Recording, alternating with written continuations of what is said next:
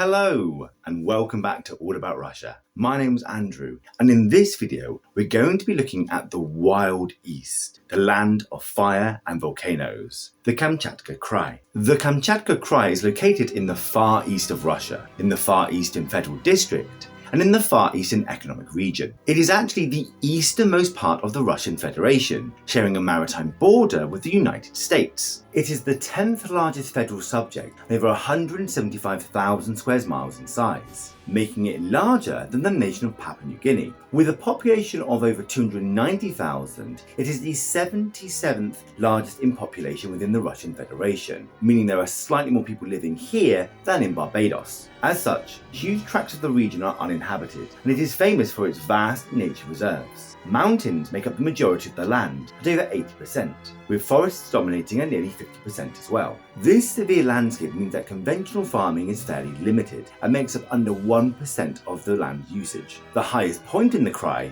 is Kamchatka Krai at over 4,700 meters tall. It takes its name from the nearby village of Kluchi, which is the Russian word for keys. So the full translated name of this mountain is the Hill of the Village of Keys. But it gets even weirder. Kamchatka Krai is in fact not a hill at all, or even a mountain, but rather an active volcano, a volcano that has erupted at least 3 times this year alone. The longest river in the Krai is the Kamchatka River, after which the region is named. It runs for 471 miles and, a first for this channel, runs entirely within one federal subject, the Kamchatka Krai. The origins of the name of this river and the Krai are subject to much debate. One theory holds that it comes from the Ainu word for exploding land. Another suggests it derives from the Koryak, meaning men at the end of the world. Where the name has come from we may never know, but it is widely thought to derive from one of the indigenous peoples of the region. The Kamchatka Krai makes up the majority of the Kamchatka Peninsula. It also shares borders with the Chukotka Autonomous Okrug to the north, the Magadan Oblast to the northwest. To the east and the south, it borders the Sea of Okhotsk, and to the west faces the Bering Sea. The geography of the Kamchatka Krai is incredibly important and has shaped much of its history. On 3 sides it is dominated by stormy seas, often difficult to traverse, whilst to the north, sheer mountain ranges make overland access almost impossible. Today, the majority of transport both in and out of Kamchatka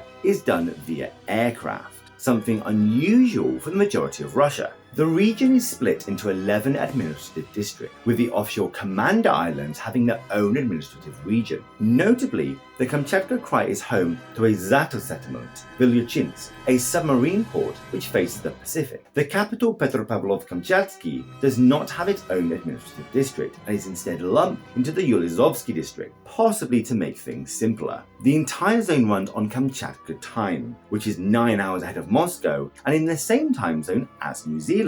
The flag of the Krai is a horizontal white and blue, with an emblem of 3 volcanoes in the top left hand. The white is said to represent the land, apparently for its purity, not the fact that it is covered in snow for most of the year. The blue represents the mighty Kamchatka River, and the 3 volcanoes for the series of volcanoes that exist in the peninsula. The flag was officially adopted on the 1st of July 2010. Despite only being a Krai, the Kamchatka Krai does have a national anthem which is playing right now, and I will include a link below for those interested. Humans first appear in the story of Kamchatka around 14,000 years BC. Along the Oshkovskoye Lake, small communities have left flint and chipstone tools dating from this period. Who these people actually were, we may never know, but what is interesting is that these remains have been found in not one area, but several spread around the lake, almost suggesting different groups arriving at different times. As with much of early history, shards and fragments are all we have left, and it falls to us to piece together our own prehistory. It is widely presumed that the Taya culture was dominant in the south of Kamchatka, and emerging around the year 2000 BC. Communities in this cultural group fashioned extremely sharp tools and weapons from both stone and volcanic glass. The Yttermen, who we will cover in a future video, are thought to have evolved from this cult group, but that does not mean to say that they were necessarily the first there. Whilst the geography of Kamchatka is severe, it is thought that the Koryaks may have migrated from around the Sea of Okhotsk overland, while the Ainu from the south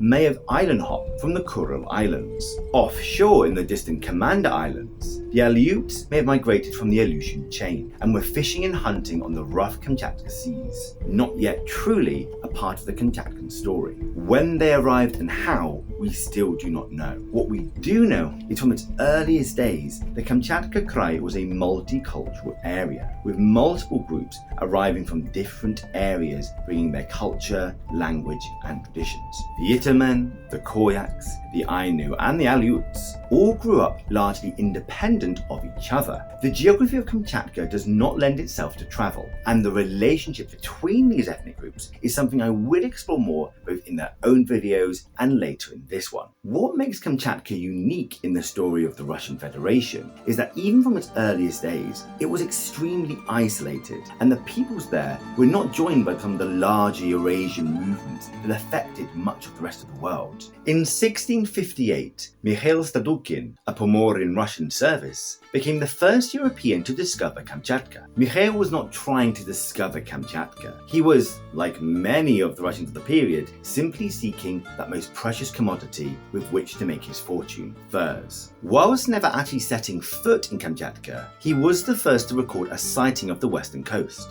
and returned to Siberia, though it would be another 40 years before Russian eyes would return to this part of the world. Vladimir Atlasov, a Russian peasant turned Cossack, led a crew of over 100 men around the northern mountains and into the eastern Kamchatka coast. Whilst also looking for furs, this first voyage had a number of achievements. Atlasov founded the first Russian settlement on the upper Kamchatka River, paving the way for future colonization. Significantly, he also discovered a man who had been shipwrecked and was living along the Yttermen, a man called Denby, the first Japanese encounter of the Russian. Denby was a Japanese castaway who had washed up in Kamchatka and had been living amongst the Yttermen. He was brought back to St. Petersburg, and thus the Russian world enlarged to include knowledge of Japan. But lastly, and perhaps most importantly for our story, Atlasov made contact with the native inhabitants of Kamchatka, the Yttermen, the Koryak and the Ainu. From the advent of the 18th century, Cossacks and Promyshelniki would begin to arrive on Kamchatka's shores, chasing that ever-dwindling supply of pelts. By 1708, it was officially included in the Siberian Governorate, and by 1740, 4 permanent forts had been established and garrisoned across the peninsula, one of which would grow to become the city of Petropavlovsk-Kamchatsky. Yet despite all these advancements and all this growth, Kamchatka was a wild place, and the people living there were not receptive to outsiders. From Atlasov's first contact in 1678, the Koryaks had been up in arms against the Russians. Numerous and with strong knowledge of the terrain, the clans of the Koryak kept the interior free from any Russian access for decades, limiting Russian influence to the coast and preventing any further exploration of the hinterland. The fact the first Russians the Koryaks had met had been bloodthirsty Cossack freebooters painted a very negative picture of them. And much like our video on the Chukchi, which you can check out over here,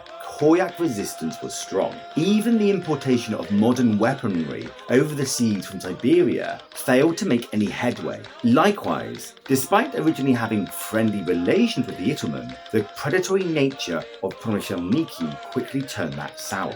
Facing both Koryak and Yttermen tribes, it wouldn't be until the second half of the century that any Russian boots were able to land on the interior. The native resistance to the Russians wasn't broken by sword or gunpowder, but by something more deadly: smallpox. Brought over by the Cossacks from Siberia, hit the Yttermen in 1715 and the Koryaks in 1767. Huge devastation and loss of life occurred, wiping out entire communities that had thrived for hundreds, if not thousands of years. So many died that resistance to the Russians was simply not possible. Entire villages died from smallpox. smallpox, leaving no one there to check the Russian adventurers. Interestingly, because Russian resistance had been so strong, their search for furs had led them around Kamchatka and over the seas to a new land called Alaska. As furs were discovered in the Alaskan wilderness, Kamchatka's role for the Cossacks began to change. Rather than being a new wilderness to explore, it became a useful resupply and depot point for merchants and adventurers making the long way to the New World. As with many people of Siberia and the Russian Far East, the arrival of Promyshelniki and Cossacks fundamentally changed native existence, and this can still be seen today in Kamchatka.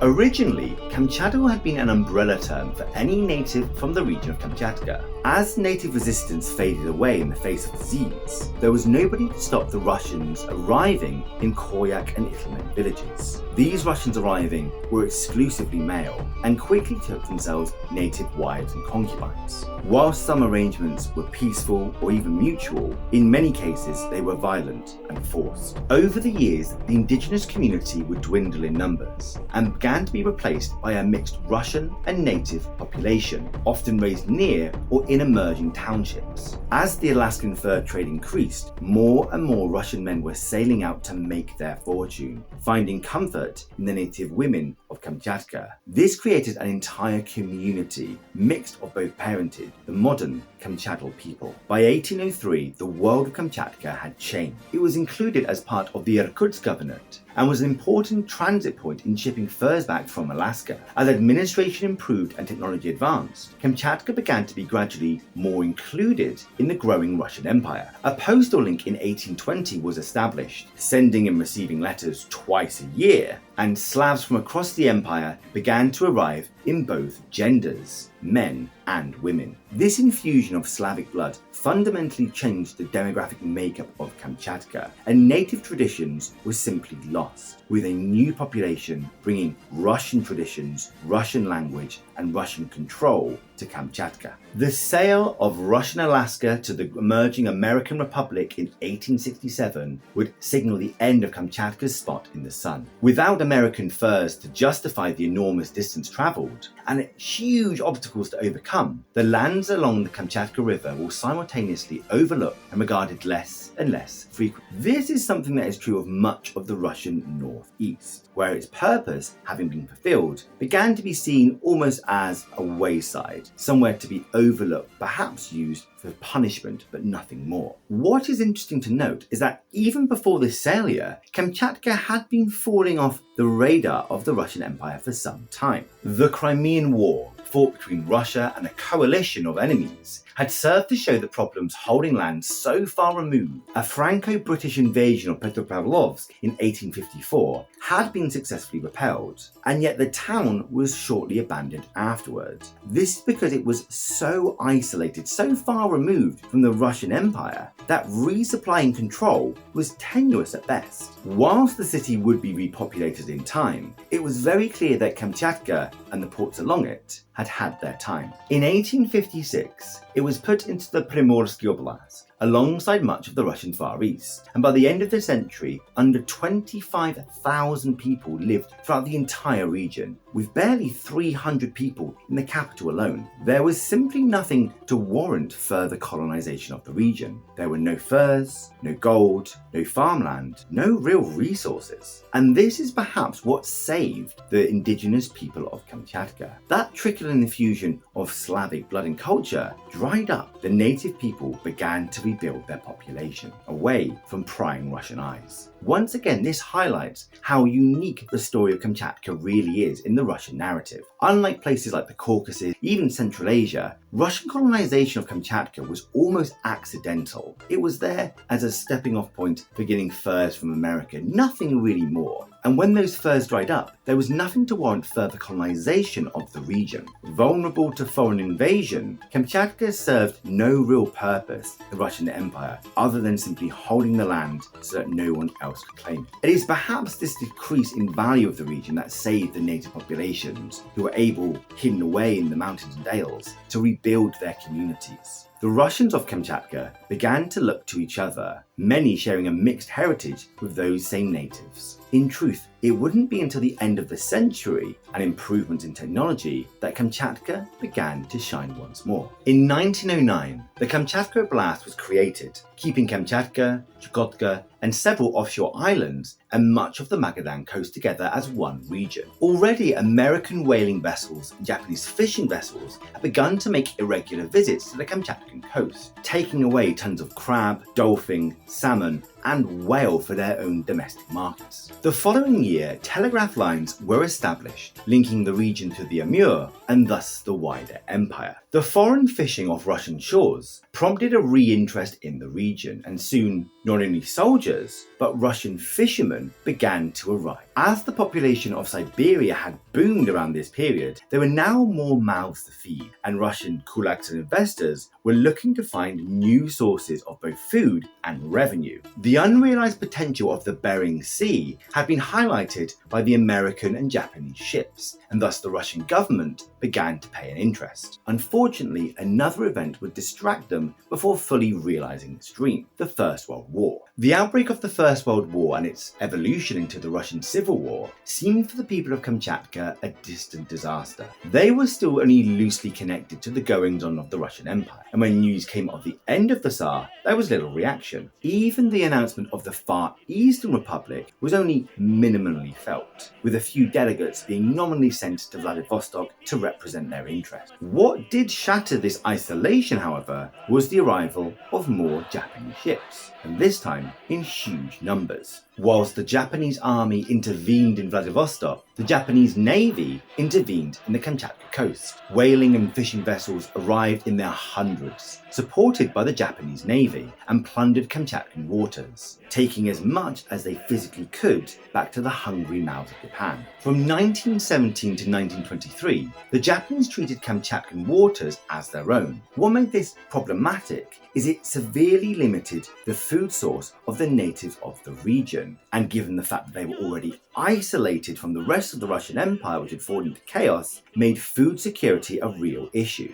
Japanese overfishing was not only devastating to the local communities, but also the ecosystems of the Bering Sea, where thousands of tons of fish were removed and not given a chance to replace. Thus, in 1921, with the annexation of the Far Eastern Republic, there was popular support for the Soviet Union within Kamchatka. The arrival of the Soviet fleet into the Sea of Okhotsk and onto the Bering Sea served as a warning that the Japanese time of plenty was at an end. What is more, that realization of these huge fishing stocks was something the Soviet government were very eager to explore, and thus the development of Kamchatka was seen as a priority. The 1930s would see both a revitalization of the region and a growth of indigenous rights. The Kamchatkan Oblast was reorganized into the Kamchatkan Okrug as part of the Far Eastern Krai, with both the Chukotkan and Koryak autonomous okrug subservient to it. Resources and people were shipped across from Siberia to build fisheries, docks, and entire towns for the new workers. Soon, thousands of tons of fish was being caught, packed, and shipped back to Moscow weekly, employing hundreds directly and thousands indirectly. The first modern roads and hospitals began to be built, connecting communities across the region and spreading the communist message deep into the mountain. In 1938, the Far Eastern Krai was abolished, and the Kamchatkan Peninsula wholly under the Khabarovsk Krai, along with the two autonomous okrugs of Koryak and Chukotka. Never before had Kamchatka been so integrated and connected to the wider world. Each week, new Soviet citizens were arriving, helping to improve and make the place a better region to live in. They brought the latest news, fashion, and culture of this highly motivated, scientific new state. Unfortunately, that wider connectivity also embroiled it in one of the worst conflicts in human history, the Second World War. The outbreak of the Second World War saw the Kamchatkan region far more prepared than it had been for the first. The Pacific Fleet patrolled Kamchatkan waters, preventing any Axis access to the vast reserves of fish that travelled westward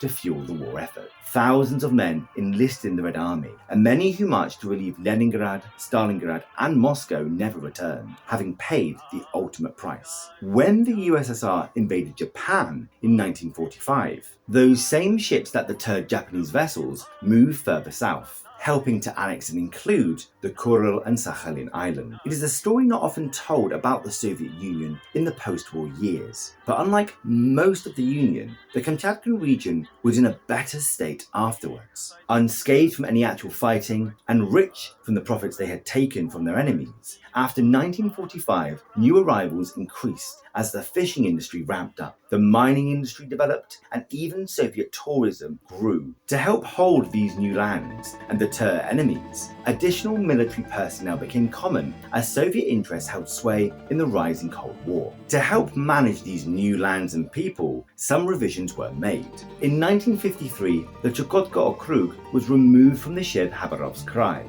and 3 years later, the Kamchatka Oblast was announced, with the Koryak Autonomous Okrug as a part of it. This made a lot of sense, as at this point, both the Koryak Autonomous Okrug and the Kamchatka Oblast were fairly well connected to each other. As the post-war population began to recover and boom, more people required more food, and the fishing around the Kamchatkan waters grew to enormous levels. Indeed, by the 1970s, this had actually grown to such a problem that the Soviet state implemented a 20-mile exclusion zone around their coasts, banning anyone coming near to it. This is actually quite a drastic step and severely strained Japanese-Soviet relations, as the Japanese relied on many of these waters to feed their own people. But this did give the fish stocks a chance to recover, something that would pay dividends in our modern time. As part of the Soviet Union, the Kamchatka Oblast felt all the swings and roundabouts of that state. The decline and fall of the Soviet Union was felt as hard here as anywhere else in the Russian Federation. The Kamchatka Oblast had begun to be on the periphery of interest since about the mid-1980s, which had seen investments dry up, work disappear, and when the Union fell, social security vanished almost overnight. Those who could left, and those who remained eked out an existence as best they could. It would not be until the 2000s when a renewed interest in that Bering Sea stock would see the fortunes of the region begin to rise. In 2005, a referendum was held about whether to merge the Kamchatka Oblast and the Koryak Autonomous Okrug. This passed, and it happened in 2007, merging them into one region, the Kamchatka Krai. This was largely an economic decision, allowing them to share funds that would have primarily gone to the Kamchatka Oblast with the poorer northern region as well, helping them to build industry there as well. And building is something that is always needing to be done in Kamchatka. Something I have neglected to mention thus far is that the entire Kamchatkan Peninsula sits more or less directly on the Ring of Fire, a tectonic belt of both volcanoes and earthquakes. This means that the people of Kamchatka have to experience a lot of volcanic eruptions and a lot of earthquakes, and I mean a lot. As early as 1737, the Russians arriving in Kamchatka recorded earthquakes that were so powerful they swallowed entire villages. Most of these earthquakes register at 7 or higher on the Richter scale, making them nothing short of catastrophic.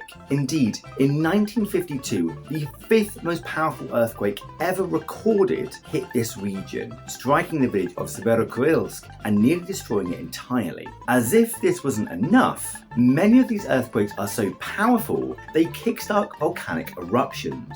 At the time of recording, there have been at least 4 volcanic eruptions recorded in Kamchatka this year alone. A lot of the mountains in Kamchatka are actually active volcanoes. This land of earthquakes and volcanoes, choppy seas on 3 sides and mountains to the north, quite frankly, make living here and getting both in and out something of a saga in itself, and yet the people continue to do so. This dramatic landscape is actually one of the reasons people come to Kamchatka. Since the 2010s, tourism has taken off in Kamchatka, offering wild views and outdoor adventures far removed from the Russian interior. It is a popular destination spot for the Russian well-to-do, and formerly very popular with those living in East Asia. The traditional economic backbone of Kamchatka was its fish stock, which since around 2000 have shown great and healthy signs of renewal. This is doubly important, as not only is fish a huge commodity to sell to neighbouring countries, it is consumed domestically at high rates. like kebabs in Germany or curry in England. The number one takeaway food in Russia is sushi, a dish that requires lots of fish.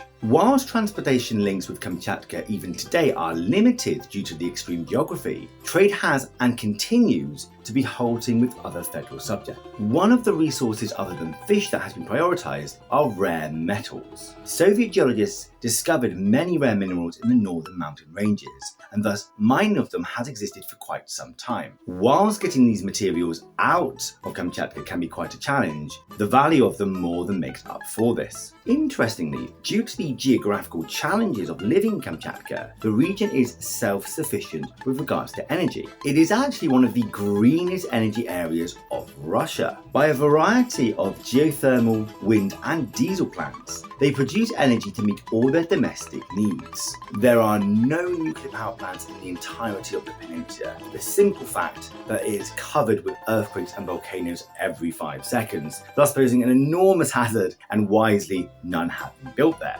As mentioned earlier, as of the last census, the population of the Kamchatka Krai is over 290,000 people. Russians make up the majority at nearly 80%, with a host of other minor nationalities residing there as well. Some of the most numerous, however, are the Koryaks at over 2%, and oddly Ukrainians at 1.5%. Christianity is the majority religion of the region, with nearly half the occupants adhering to some form, Russian Orthodoxy making up nearly a third.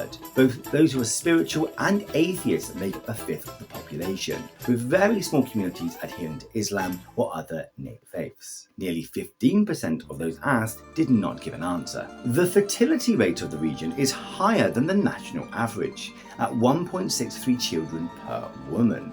Drug overdoses are far below the national average, at nearly 5 people per 100,000, whilst alcoholism is nearly double the national rate. The governor of the region is Vladimir Solodov, who has been governor of Kamchatka Krai since 2020. He is an ethnic Russian originally from Moscow who has moved further east in his political career. Interestingly, he does not appear to be a member of the United Russia Party, though that may be a matter of time. The Kamchatka Krai is very much the wild east of Russia and has nature as its primary attraction. If you were to visit the region, some of the things that you may see are the Valley of the Geysers, the second most concentrated spot of geysers anywhere in the world, providing huge amounts of geothermal energy and warmth, as well as the remote Commander Islands, home to the small Aleut people who also inhabit the Aleutian chain in the US. The future of Kamchatka is unknown, a place of natural beauty, now more connected than ever to a growing world around it. I have high hopes that this region will prosper and thrive in the coming years. My name is Andrew, and thank you for watching. Up next is the Karachay-Cherkess Republic. Пока!